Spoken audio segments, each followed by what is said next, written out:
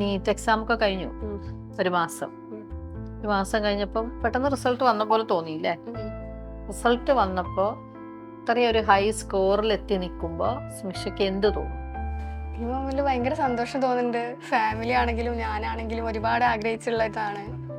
പിന്നെ 3 കൊല്ലം റിപ്പീറ്റ് ചെയ്തിട്ടുണ്ടല്ലോ, അപ്പോൾ ഭയങ്കര ആഗ്രഹമായിരുന്നു ഇത് കിട്ടണം എന്നൊക്കെ. പിന്നെ 710 അത് ഞാനിങ്ങനെ ഏകദേശം റൗണ്ട് ചെയ്ത് വെച്ചാൽ 710 ഉണ്ടാവും എന്ന് ഞാൻ വിചാരിച്ചില്ല. ഡോക്ടർ ആവാനുള്ള ആഗ്രഹം എനിക്ക് +2 കഴിഞ്ഞവരെയാണ് നല്ല സ്ട്രോങ് ആയിട്ടുണ്ടായിരുന്നു. അമ്മയ്ക്ക് അച്ഛനും എന്നെ ഡോക്ടർ ആക്കണം എന്ന് പണ്ട് മുതലേ നല്ല ആഗ്രഹമായിരുന്നു. ഞാൻ ഒരു 10th ഒക്കെ കഴിഞ്ഞ ആ ടൈമിൽ ആഗ്രഹമുണ്ടായിരുന്നു. റേസിൽ ഞാൻ എത്തിയത് ഇങ്ങനെ ആഡൊക്കെ കണ്ടിട്ടാണ്. പിന്നെ റേസിൽ പഠിച്ചപ്പോൾ നല്ലതായിട്ട് തോന്നി. സ്റ്റഡി ടൈമും സ്റ്റഡി ഹാള് അതൊക്കെ എനിക്ക് എനിക്ക് യൂസ്ഫുൾ ആയിട്ട് തോന്നിയത്. പിന്നെ എപ്പോഴും അറ്റൻഷൻ ഒന്നും പോവാത്ത രീതിയിലുള്ള സ്റ്റഡി റൂമൊക്കെയാണ്. പിന്നെ എല്ലാവരും ഇരുന്ന് പഠിക്കുന്നുണ്ടാവും. അപ്പോൾ എനിക്ക് നല്ല അറ്റൻഷൻ ഉള്ള പോലെ തോന്നി. പിന്നെന്താ, സ്റ്റഡി മെറ്റീരിയൽ ഞാൻ പുറത്തത്തെ അധികം മെറ്റീരിയൽ യൂസ് ചെയ്തിട്ട് തന്നെ ഇല്ല. റേസിൻ്റെ മെറ്റീരിയലാണ് യൂസ് ചെയ്തത്. മെൻട്ര ആയാലും എയിംസ് മെറ്റീരിയലാണ് കൂടുതൽ യൂസ് ചെയ്തിട്ടുള്ളത്. അതിലെല്ലാ ടൈപ്പ് ക്വസ്റ്റ്യൻസും ഉള്ള കാരണം എനിക്ക് അത് നല്ല ഹെൽപ്ഫുൾ ആയിട്ട് തോന്നി. റേസിൽ ഞാൻ എത്തിയത് റേസിൻ്റെ ആഡൊക്കെ കണ്ടതിന് ശേഷമാണ്, യൂട്യൂബിലൊക്കെ കണ്ടതിന് ശേഷമാണ് റേസിൽ എത്തിയത്. സ്റ്റഡി മെറ്റീരിയലൊക്കെ നന്നായിരുന്നു. സ്റ്റഡി ടൈമിങ്, സ്റ്റഡി റൂം അതൊക്കെ എനിക്ക് ഇഷ്ടപ്പെട്ടു. സ്റ്റഡി ഹാളിലാണ് നല്ല അറ്റൻഷനോടെ പഠിക്കാനൊക്കെ പറ്റിയിരുന്നു. ടീച്ചേഴ്സൊക്കെ നല്ല അടിപൊളിയായിരുന്നു. എല്ലാം പറഞ്ഞു തരുമായിരുന്നു. നല്ല കൺസെപ്റ്റൊക്കെ നല്ല ക്ലിയർ ആക്കി തരുമായിരുന്നു അധികം ടീച്ചേഴ്സും. ഫിസിക്സ് ആണെങ്കിലും കെമിസ്ട്രി ആണെങ്കിലും. ബയോളജി ആണെങ്കിൽ പിന്നീട് വായിക്കേണ്ട എന്നുള്ള രീതിയിൽ തന്നെ ക്ലാസ്സൊക്കെ എടുത്തു തരുമായിരുന്നു സാറുമാർ.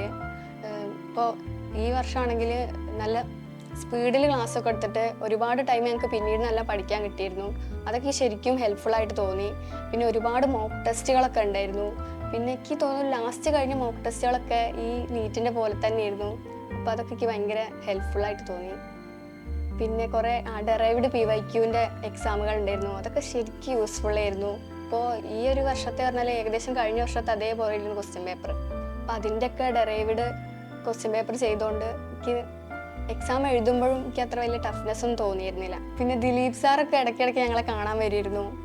ഡെയിലി തന്നെ വരുമായിരുന്നു അധികം, അല്ലെങ്കിൽ ഒരു ദിവസം കഴിഞ്ഞിട്ട് അങ്ങനെ തന്നെ വരുമായിരുന്നു. അപ്പോൾ ഞങ്ങൾക്ക് നല്ല അറ്റൻഷൻ ഉള്ള പോലെ ഫീൽ ചെയ്തിരുന്നു. പിന്നെ മാർക്കിനെ കുറിച്ച് ചോദിക്കും, ഓരോരുത്തരും ഇൻഡിവിജ്വലായിട്ട് തന്നെ ചോദിക്കുമായിരുന്നു.